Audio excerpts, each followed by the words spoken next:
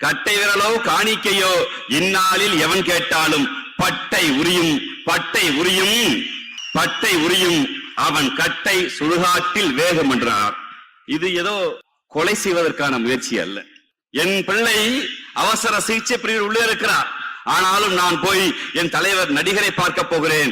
என் பிள்ளை இறந்தால் என்ன பரவாயில்லை, என் நடிகரை போல் என் தலைவரை போல் இருந்தார், அதனால் நான் கணவனை கட்டிக்கொண்டேன் என்று தற்குறிகள் இருக்கிற போது தம்பிகளை தத்துவ மரபு கொண்டு வளர்க்கிற எங்கள் துணை முதலமைச்சர், எங்கள் திராவிட தீரர், எங்கள் அண்ணன் உதயண்ணாவுடைய ஒருங்கிணைப்பில் ஹிந்தி வேண்டாம் என்று சொன்னால் உங்கள் குழந்தைகள் எல்லாம் இங்கிலீஷ்ல படிக்கலாம் கேட்பான். நாம் ஹிந்தி வேண்டாம் என்று சொன்னோம். எதற்கு சொன்னோம்? ஹிந்தி வேண்டாம் என்று சொன்ன போது இதே பார்லாமெண்டத்துக்கு ஒரு மரியாதைக்கு பேர் எங்க அண்ணா முழங்குகிறார், ஹிந்தி நெவர் இங்கிலீஷ் எவர் என்றார். அவர்களுக்கு புரிந்திருக்காது. ஹிந்தி வேண்டாம் என்று சொல்லிவிட்டீர்கள், ஏன் இங்கிலீஷை கொண்டு வந்தீர்கள் என்று. இப்போது புரிந்திருக்கும் அவனுக்கு. பண்டு தொட்டு கொண்டு கொடுத்த இனம் உண்டு கொடுக்க வந்த கூட்டம் சிண்டு முடிந்து சீர்குலையவே ஒரு சாதி தமிழ் சாதி பல சாதி ஆனதே. ஆண்டவன் படைப்பில் அனைவரும் சமமனில் அவன் மன்னிக்கிறன்னு சொல்லி அவாள்னு சொல்லி தங்கச்சி கேட்டிருக்கீங்க. ஆனா நான் சொல்ல முடியாது. அவன் உயர் சாதிக்கு மட்டும் தங்கத்தால் மூளை செய்து தலைக்குள்ளே வைத்தானா, மற்ற சாதிக்கெல்லாம் மண்டைக்குள் வைத்ததென களிமண்ணா சுண்ணாம்பா. கங்கை போல் வடமொழியில் கவிதை தந்து, கங்கை போல் வடமொழியில் கவிதை தந்து வால்மீகியும் யாசகனும் எல்லாம் பிரம்மன் பெற்ற கால் பிள்ளைகளே. இளங்கோவன் யார், கம்பன் யார், கூத்தன் யார், இவரெல்லாம் யார் யார்? பிரம்மன் தலையிலே பிறக்கவில்லை, ஆனாலும் ஆனாலும் தமிழ் மொழியின் இமயங்கள். எதற்காக திறமை, அது தேவையா என நான் கேட்க மாட்டேன். எதற்காக திறமை, அது தேவையா என நான் கேட்க மாட்டேன். ஆனாலும் எம் ஏகலைவன் வித்தை கற்கும் போது இந்த சாஸ்திரம் அனுமதிக்கவில்லை. எம் ஏகலைவன் வித்தை கற்ற போது எம் சாஸ்திரங்கள், இந்த சாஸ்திரங்கள் அனுமதிக்கவில்லை. அவன் வில்லில் விஜயனை வெல்வான் என்று கட்டை விரலை காணிக்கையாய் பெற்றதென நியாயமா? தவம் செய்தான் சம்பூகன், தவன் செய்தான் சம்பூகன், தவன் செய்தான் சூத்திர சம்பூகன். தகுதி அவனுக்கென கேட்டு தலைவெட்டி சாய்த்த ராமபுரான் வரலாறு என்று இப்போதுதான் கேட்டார் எங்கள் இனத்தின் தலைவர். கட்டை விரலோ காணிக்கையோ இந்நாளில் எவன் கேட்டாலும், கட்டை விரலோ காணிக்கையோ இந்நாளில் எவன் கேட்டாலும் பட்டை உரியும், பட்டை உரியும், பட்டை உரியும், அவன் கட்டை சுடுகாட்டில் வேகம் என்றார். இது ஏதோ கொலை செய்வதற்கான முயற்சி அல்ல. பண்ண பழகடா, பண்ண பழகடா, பச்சை படுகொலைகள் பண்ண பழகடா என்று பாவேந்தன் பாடினார். அப்படி என்றால் தமிழர்கள் எல்லாம் பச்சை படுகொலை பண்ண பழகுகள் அர்த்தம் அல்ல. அதற்கு மாறாய் ஆண்டாண்டு காலமாய் ஒரு கூட்டம் எங்களை பார்த்து நீ காணிக்கையாய் கட்டை விரலை கூடு என்று கேட்டபோது, ஆண்டாண்டு காலமாய் ஒரு கூட்டம் என் மொழியை பார்த்து உன் பாசை நீச பாசை என்று சொன்ன போது, ஆண்டாண்டு காலமாய் ஒரு கூட்டம் எங்கள் கடவுளை வணங்குவதற்கு நீ தொட்டால் தீட்டு என்று சொன்ன போது எங்கள் தத்துவ மரபு மேலெழுந்து நின்றது. அந்த தத்துவ மரபு மேலெழுந்து நின்றதால் தான் எங்கள் தலைவர் கேட்டால் கட்டை விரலை காணிக்கையாய் கேட்டால் பட்டை உரியும் என்று ஆம் உரித்திருக்கிறோம். கடந்த கால வரலாற்றில் நாங்கள் பட்டை உரித்திருக்கிறோம். எந்த பட்டை உரித்திருக்கிறோம்? இனத்தில் ஆரியன் தான் உயர்ந்தவன் என்று சொன்ன போது இல்லை இல்லை, சக மனிதனாய் திராவிடனை மதி என்று பட்டை உரித்திருக்கிறோம். மொழிகளில் இந்தி தான் பெரிய மொழி என்று சொன்ன போது இல்லை இல்லை, எங்கள் அன்னை தமிழுக்கு அந்த தகுதி இருக்கிறது என்று பட்டை உரித்திருக்கிறோம். இல்லை இல்லை, மாநிலங்களில் இருந்திருக்க போது இந்திய ஒன்றிய அரசு தான் பெரியது என்று சொன்ன போது தேசிய இன உணர்வு, தேசிய இன விடுதலை, தேசிய இன சுய நிர்ணய உரிமை என்று நாங்கள் பட்டை நீட்டி பட்டை உரித்திருக்கிறோம். அந்த நிகழ்வில் தான் இன்று அறிவு திருவிழாவை இந்த இடத்தில் நடத்தி கொண்டிருக்கிறோம். எங்களுக்கு பாரிய வரலாறு உண்டு. எங்கள் மொழிக்கு, எங்கள் இனத்திற்கு ஒரு பாரிய வரலாறு உண்டு. அன்பு கொண்டவர்களே, எழுத்தாளர் ஜெயகாந்தன் எழுதினார் சினிமாவிற்கு போன சித்தாள் என்று. அது ஏதோ நாவல் என்று கடந்து போக முடியவில்லை. தொடர்ச்சியாக சமூக ஊடகங்களில் பார்க்கிறேன், என் மகன் இறந்து விட்டான், என் மகன் இறந்து விட்டான். ஆனாலும் என்னுடைய தலைவர் என்னுடைய நடிகரை பார்க்க போகிறேன், இன்னொரு பிள்ளையை பெற்றெடுக்கலாம் என்று.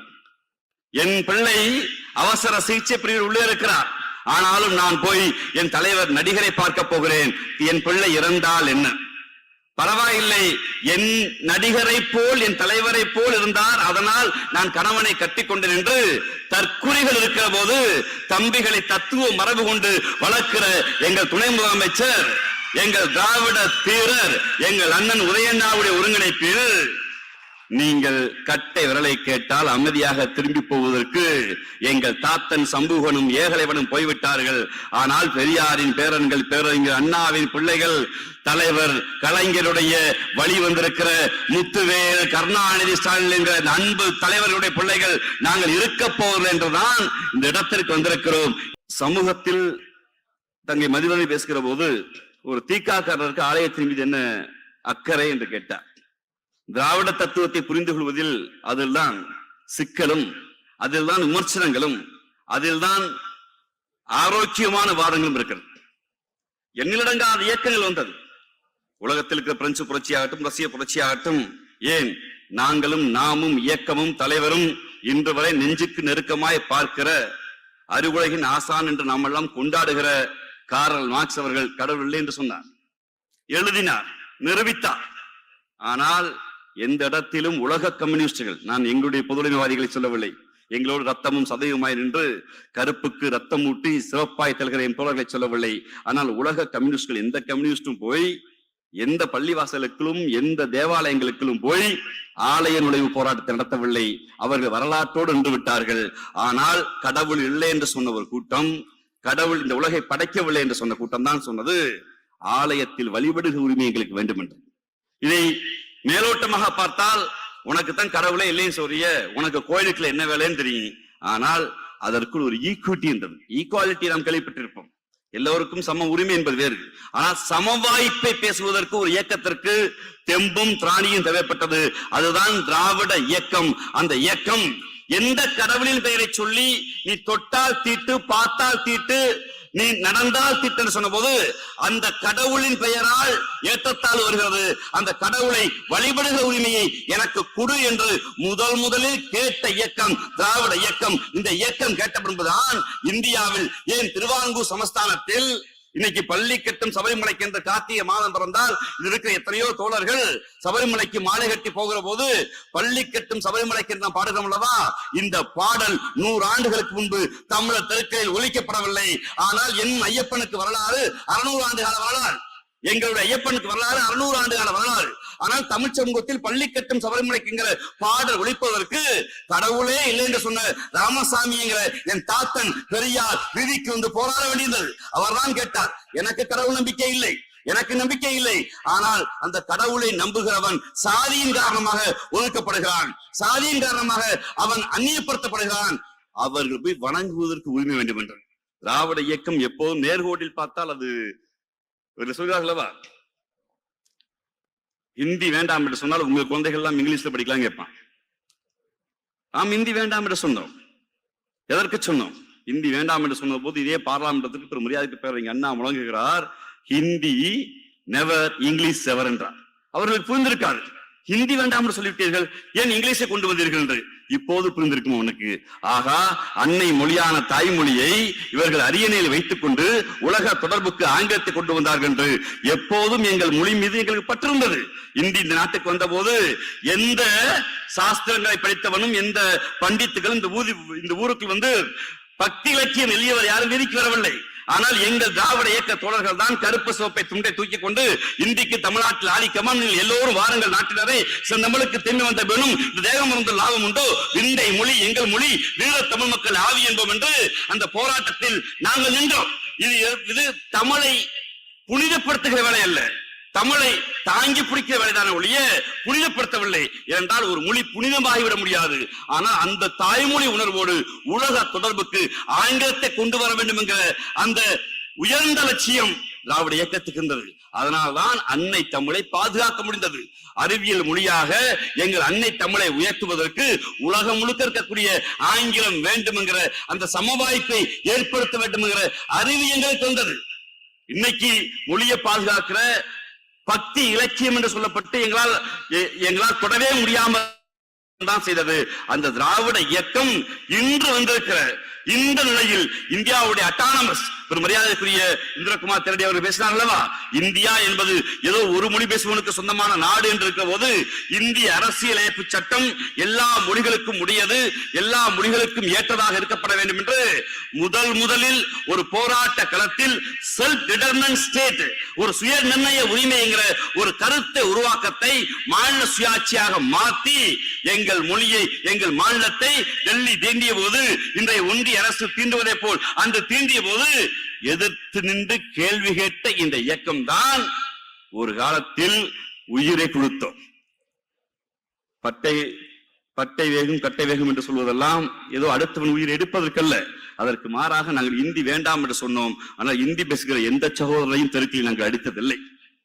இங்கு சாதியின் பெயரால் ஒருவர் உயர்ந்தவராக இருக்கிறார் என்பதற்காக அந்த சாதியை சேர்ந்தவரை எந்த திராவிட இயக்கம் அடித்ததில்லை.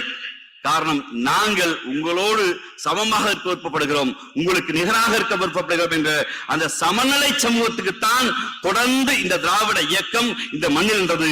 இன்றைய காலகட்டத்தில் இந்த யதார்த்த அரசியலில் என் மொழி மீது, என் மாநிலத்தின் மீது, எங்க சுயமரியாதை மீது நீங்க தாக்குதல் நடத்துகிற போது ஒட்டுமொத்த இந்தியாவிற்கும் ஒரு தத்துவத்தை வழிநடத்துவதற்கு எங்கள் நாட்டுடைய முதலமைச்சர், எங்கள் தலைவர் முத்துவேலு கருணாநிதி அவர்கள் ஒரு தத்துவத்தை முன்வைக்கிறார். அது என்ன தத்துவம்? உலகில் எத்தனையோ இயக்கங்கள் எல்லாம் நேர்கோடு இருந்த போது சாதி ரீதியாக இடஒதுக்கீடு கேட்கிறீர்கள், சாதியை நீங்கள் தானே வளர்க்கிறீர்கள் என்று பல பொதுவுடைமை தோழர்களே சொன்னபோது, பொருளியல் என்பது சமூகத்தின் சீர்படுத்துகிற கோட்பாடு அல்ல. இந்திய சமூகத்தில் எந்த சாதியால் ஒடுக்கப்பட்டானோ, எந்த சாதியால் வீழ்த்தப்பட்டானோ, எந்த சாதியால் வாய்ப்பு மறுக்கப்பட்டதோ அந்த சாதியால் இடஒதுக்கீடு வேண்டும் என்கிற ஒரு புதிய பார்வையை நாங்கள் தான் இந்த சமூகத்திற்கு கொடுத்தோம். இன்று இருக்கிற நிலையில் இந்திய சமூகம் தமிழ்நாட்டிலிருந்து கற்றுக்கொள்கிறது. இந்தியா என்கிற நாடு பல்வேறு மொழி பேசுகிற மக்கள் நாடாக இருக்கிற போது இந்த தமிழ்நாடு என்கிற மாநிலம் தான் மொழி பாதுகாப்பில், சமூக பாதுகாப்பில், மாநில பாதுகாப்பில், ஏன் இந்திய அரசியல் சட்டத்தில் இருக்கிற வேற்றுமையில் ஒற்றுமையை பாதுகாக்கிற இடத்தில் இருக்கிறது. அதை தொடர்ச்சியாக கொண்டு வந்து தொடர்ச்சியாக நிற்கிற ஒரு அளப்பரிய பணியை இன்றைய முதலமைச்சர் எங்கள் தலைவர் கையில் ஒப்படைத்திருக்கிறார், கையில் எடுத்திருக்கிறார்.